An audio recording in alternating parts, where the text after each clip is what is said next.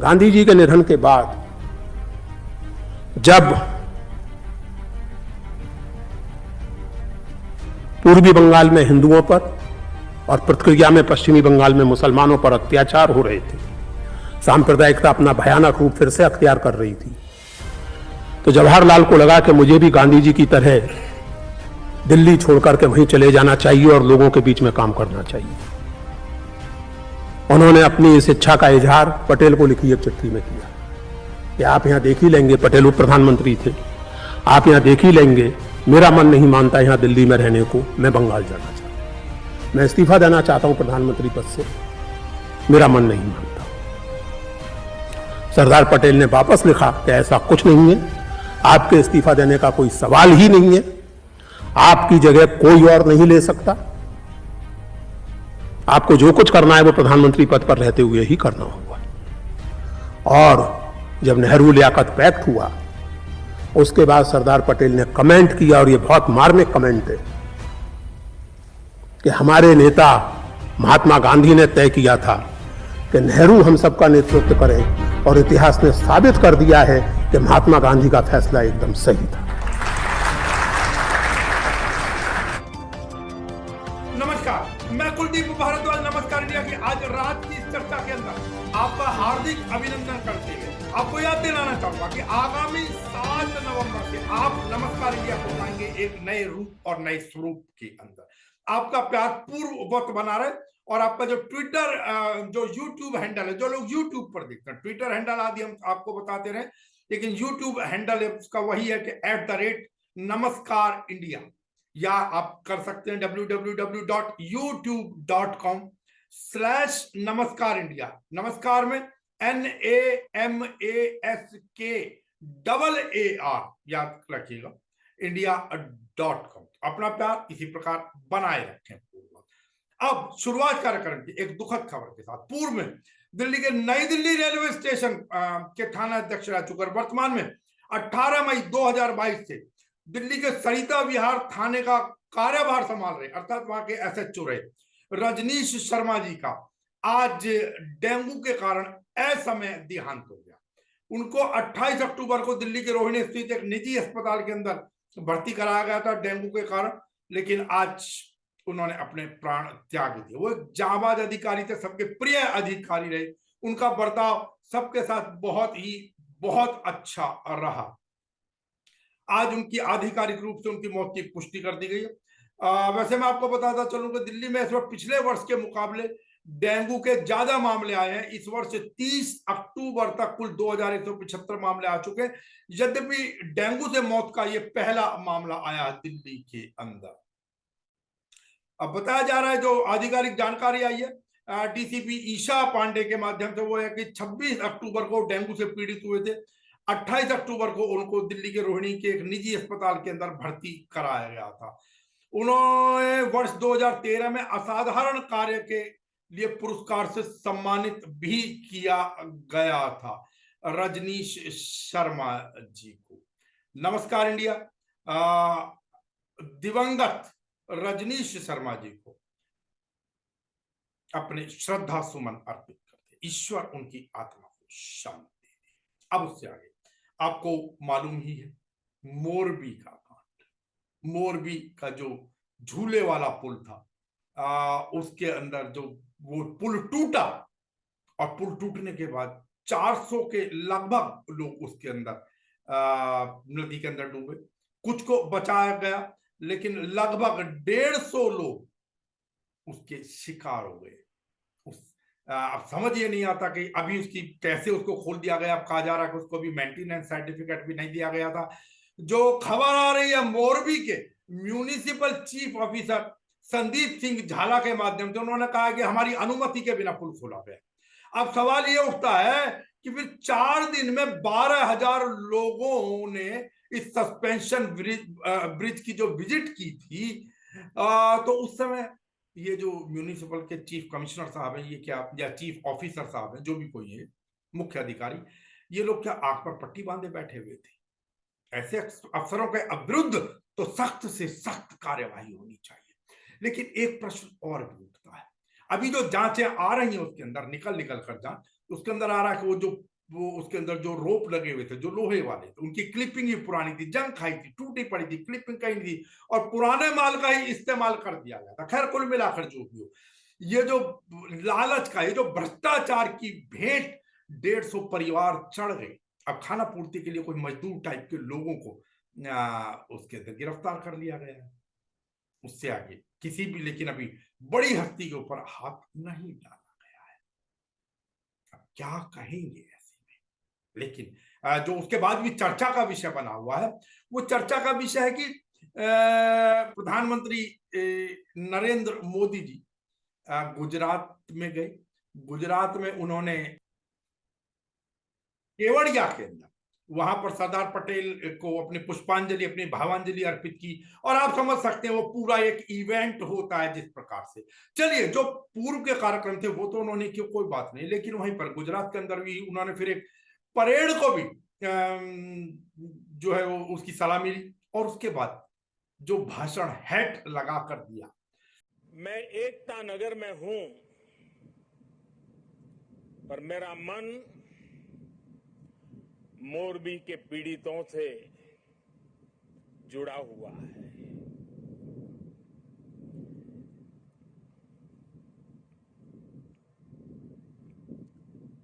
शायद ही जीवन में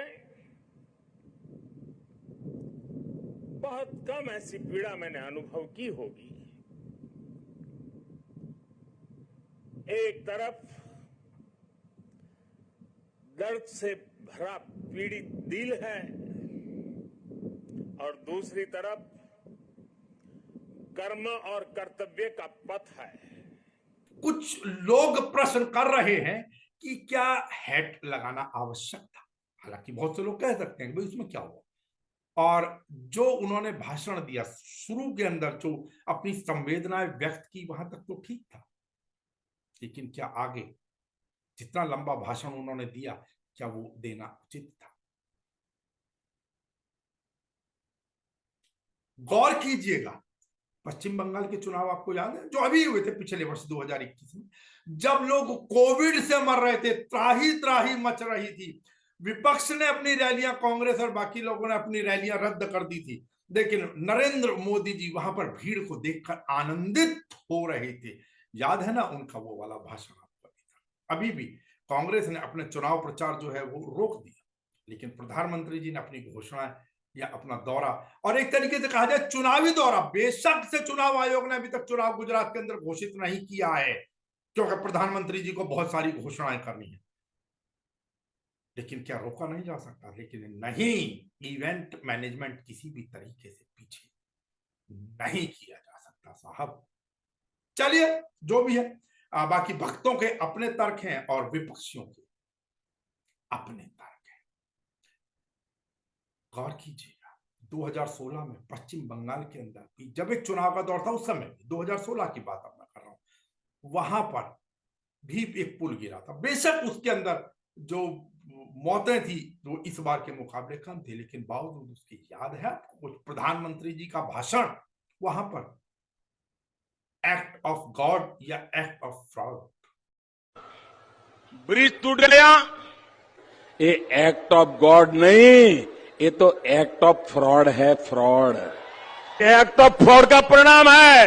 ये एक्ट ऑफ गॉड तो उस मात्रा में जरूर है क्योंकि चुनाव के दिनों में गिरा ताकि पता चले कि आपने कैसी सरकार चलाई है। इसलिए भगवान ने लोगों को संदेश दिया है कि आज ये ब्रिज टूटा, कल ये पूरा ब्रिज खत्म कर देगी, इसको बचाओ, ये भगवान ने संदेश भेजा है।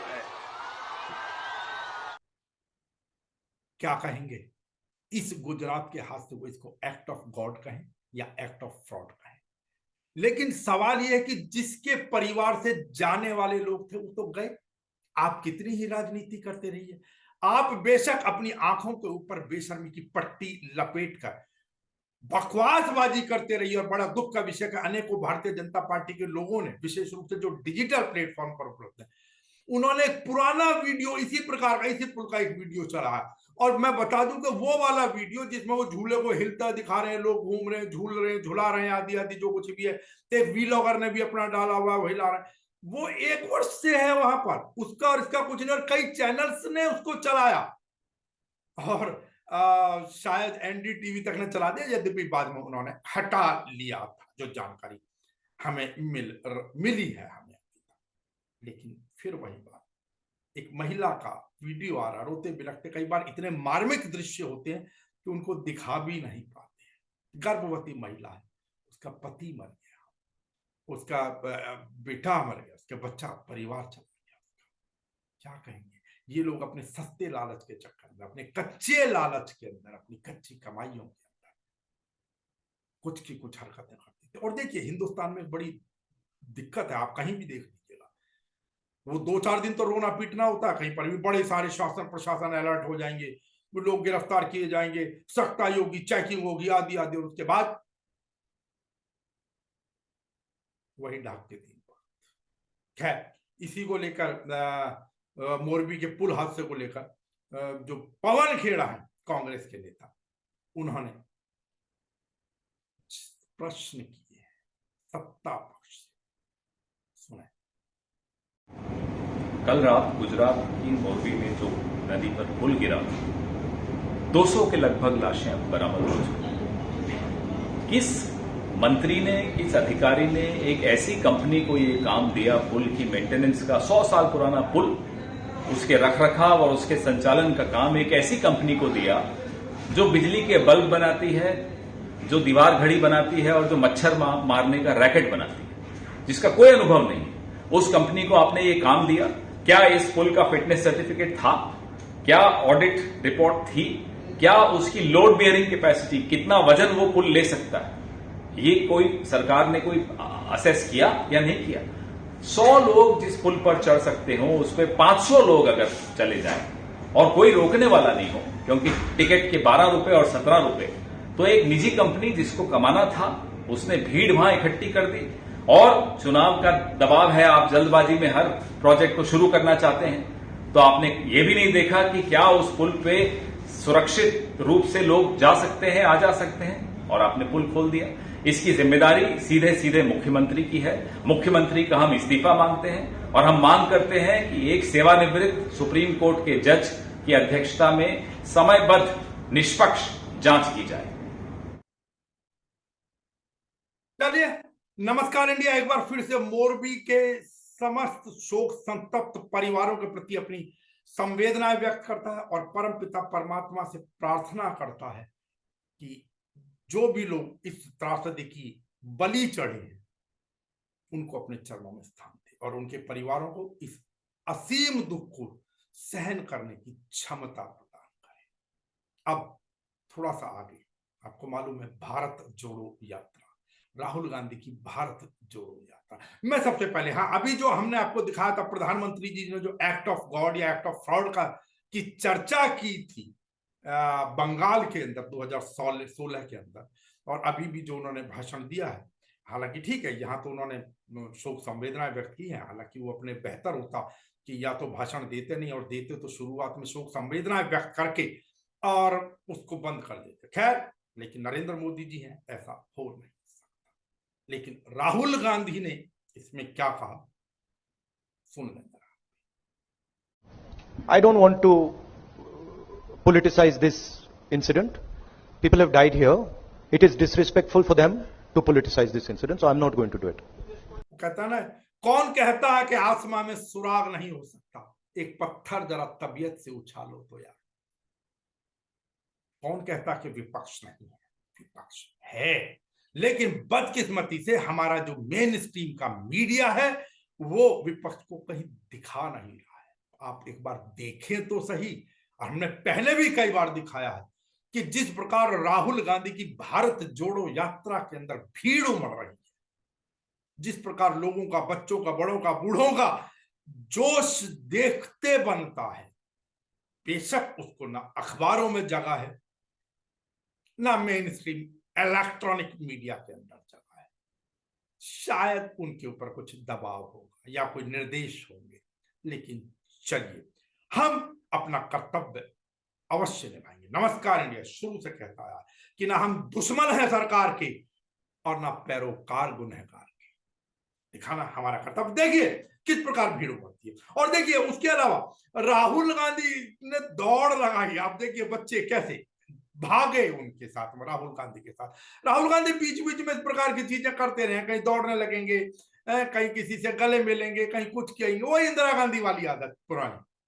तो वो सारी की सारी चीजें वो कर रहे हैं। इसीलिए बच्चा हो, बूढ़ा हो, जवान हो, हिंदू हो, मुस्लिम हो, हर व्यक्ति उनके नजदीक एक बार को आना चाहता है। और उन्हें मालूम है राहुल गांधी के पास पहुंचना आसान है बनस्पत नरेंद्र मोदी जी के। हम फिर कहेंगे नरेंद्र मोदी प्रधानमंत्री है, उनकी एक अपनी मजबूरी हो सकती है, लेकिन फिर भी हमने पीछे भी आपको दिखाया था कि किस प्रकार उन्होंने अपने ही मुख्यमंत्री को गुजरात के दौरे में, गुजरात के मुख्यमंत्री साहब को कार में बैठने नहीं दिया था। आपने देखा होगा वो वीडियो भी। खैर चलिए उससे आगे, अब ये राहुल गांधी और आज एक, हाँ लेकिन एक पीड़ा का विषय है। देखिए फिर वही कहेंगे आप, बार बार बीजेपी जैसी बात आ जाती है। बीजेपी के अनेक नेता, एक महिला की फोटो आई जिसमें उन्होंने उसका हाथ पकड़ा हुआ है, उसको लेकर अश्लील बातें करें। और इन लोगों की आदत है ज्यादातर की कि अश्लील बात फैलाते हैं, झूठ तूफान फैलाते हैं, किसी के चरित्र को उछालते हैं बेवजह।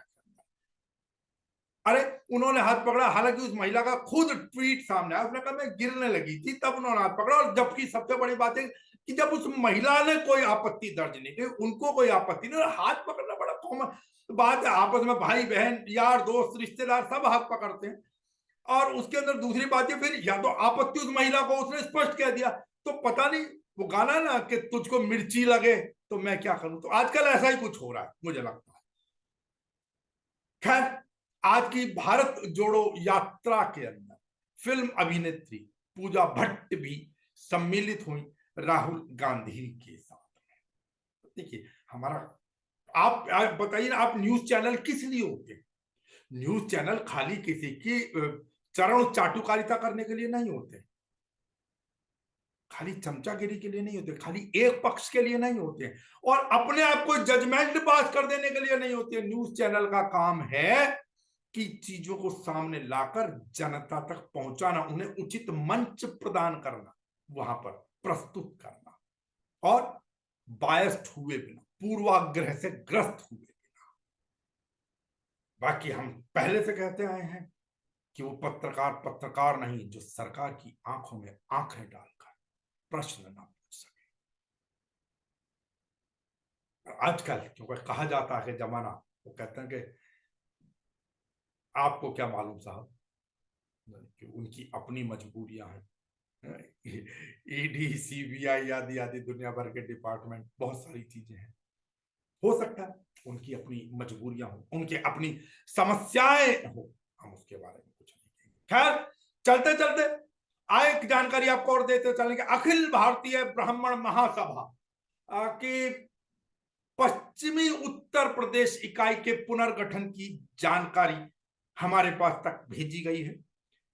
अखिल भारतीय ब्राह्मण महासभा की पश्चिमी उत्तर प्रदेश की इकाई का पुनर्गठन करते हुए प्रमोद शर्मा जी को पश्चिमी उत्तर प्रदेश का प्रभार सौंपा गया है, अर्थात प्रभारी बनाया गया है। आपको हम बताते चले कि प्रमोद शर्मा जी इससे पहले मेरठ जिला के, पश्चिमी उत्तर प्रदेश के अंदर ही आता, मेरठ जिला के अध्यक्ष थे। पिछले कुछ समय पहले कार्यकारिणी को पुनर्गठन हेतु भंग किया गया था, और अब नए सिरे से कार्यकारिणी की घोषणा की गई है। और इसके बाद अब ये अधिकार जो हमें बताया गया है वो ये कि प्रमोद शर्मा जी का होगा कि पश्चिम उत्तर प्रदेश की विभिन्न जिलों की और तहसीलों की इकाइयों का गठन किया जाए। अब देखते हैं अखिल भारतीय ब्राह्मण महासभा, जो कि पूर्ण रूप से गैर राजनीतिक होने का दावा करती है, समाज के लिए उनका क्या योगदान हो सकता है, आगे किस प्रकार समाज के अंदर चेतना लाएंगे, क्योंकि इस चीज को तो नकारा नहीं जा सकता ना कि भारत के अंदर जातिगत व्यवस्था तो कहीं ना कहीं है। और कोई कहता है कि अगर उनके ऊपर आरोप लगाते हैं तो फिर बाकी लोग, बहुत सारे लोग जाति के आधार पर ही लाभ उठा रहे हैं। कहा जाता है, आरोप लगाया जाता है नेचुरली सवर्णों की तरफ से कि भाई इससे जो प्रतिभाओं को नुकसान पहुंच रहा, अर्थात प्रतिभाएं अपनी प्रतिभाओं के प्रदर्शन का मौका प्राप्त नहीं कर पा रही या चूक रही है, लेकिन क्योंकि कानून है, सरकार का निर्णय है, तो संसद से कानून बना हुआ है, मानना सबको पड़ेगा। रोके मानिए, हंसकर मानिए, मौसम पूरी तरीके से बदल चुका है अब लगभग, और अब निकट में 8 तारीख को, 8 नवंबर को गंगा स्नान है जो पूर्व से चला आ रहा है, कार्तिक पूर्णिमा का स्नान, और उससे पहले आपको पता ही है कि देव उठनी, एकादशी आदि आदि बहुत सारे त्योहार आने हैं, और उसी दिन गुरु नानक जयंती भी होती है। लेकिन एक जानकारी और हम आपको दे दें कि उस दिन पूर्ण चंद्र ग्रहण भी है, तो थोड़ा सा कुछ मान्यताओं को अगर मान लिया जाए तो उसको अंधविश्वास नहीं कहना चाहिए, ज्ञान के विग्रह को ही विज्ञान कहते हैं। तो उस दिन चंद्र ग्रहण है, बेहतर हो कम से कम नंगी आंखों से ना देखें, यद्यपि सूतक चंद्र ग्रहण का 9 घंटे पहले शुरू हो जाता है और सूर्य ग्रहण का 12 घंटे पहले प्रारंभ हो जाता है सूतक। उसके अंदर बीमारों को और बूढ़ों को छोड़कर बाकी कहा जाता है कि खान पान और ना किया जाए, भजन पूजन किया जाए खासतौर से ग्रहण काल के अंदर, और वो सावधानी पूर्वक रहें जो गर्भवती महिलाएं होती हैं विशेष रूप से, उनके लिए कहा जाता है। कोई मानता है या नहीं मानता है वो सबका अपना अपना विचार है इसके अंदर। ग्रहण जो है वो शाम को उत्तर भारत में दिल्ली के आसपास की बात करूं तो लगभग 5:15 बजे से और लगभग 6:30 बजे तक रहेगा। बाकी ऐसे के समय के अंदर पूजा पाठ भजन बहुत से लोग नदियों के किनारे जाकर करना पसंद करते हैं, मान्यता है उसकी विशेष रूप से। जो उत्तर भारत है तो गंगा जी मान्य है सबसे ज्यादा। चलिए, जो भी अपने स्वास्थ्य का रखें ध्यान।